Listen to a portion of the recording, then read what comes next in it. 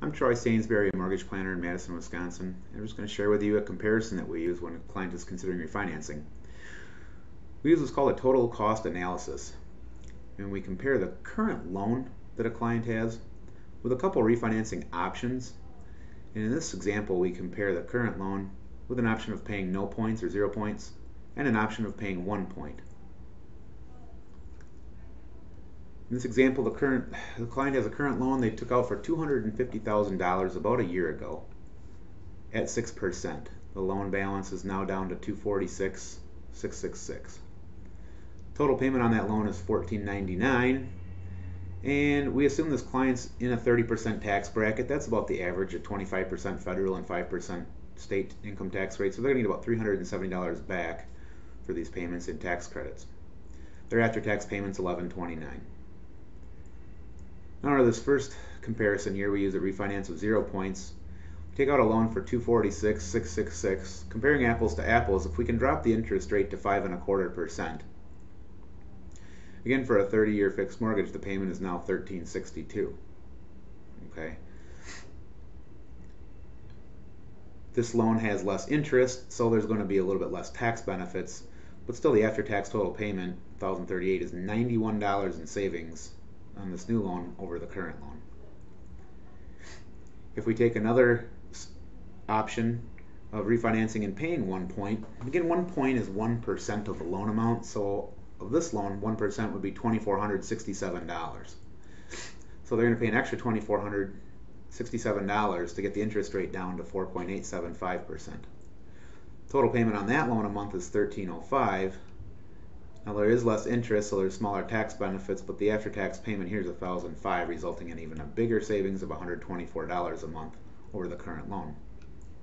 Now here's where it gets interesting. If we take this loan and we look at it compared over the next 36 months, 3 years, taking the current loan in each one of these columns, again, the refinancing with no points and refinancing with a point, we can set this for anywhere between 1 month and 10, 20 years, however long we want to do the comparison for. We picked 3 years specifically for a reason here. If we take this $1,499 a month, for the next 3 years our total payments would be almost $54,000. Okay. The interest portion of that is $43,500, and we'll have some tax benefits of $13,000. So the after-tax cost of this current loan that we're in is $30,460. Now if we look at this next example of refinancing, a lot of people say, well, you know, you have to drop a full percentage point to make sense to refinance. Well, if you're going to be in this loan for 36 months, we can see that the interest you're going to pay is $37,766. Closing costs are variable, but in this scenario we used $1,500. So adding those two together, the total cost of this loan is $39,266. Minus the tax benefits, we can see the net savings of this loan is $2,500 over the next 3 years. So again, we haven't saved a whole percent, but we're going to be in the loan long enough for it to make sense to pay that $1,500 up front.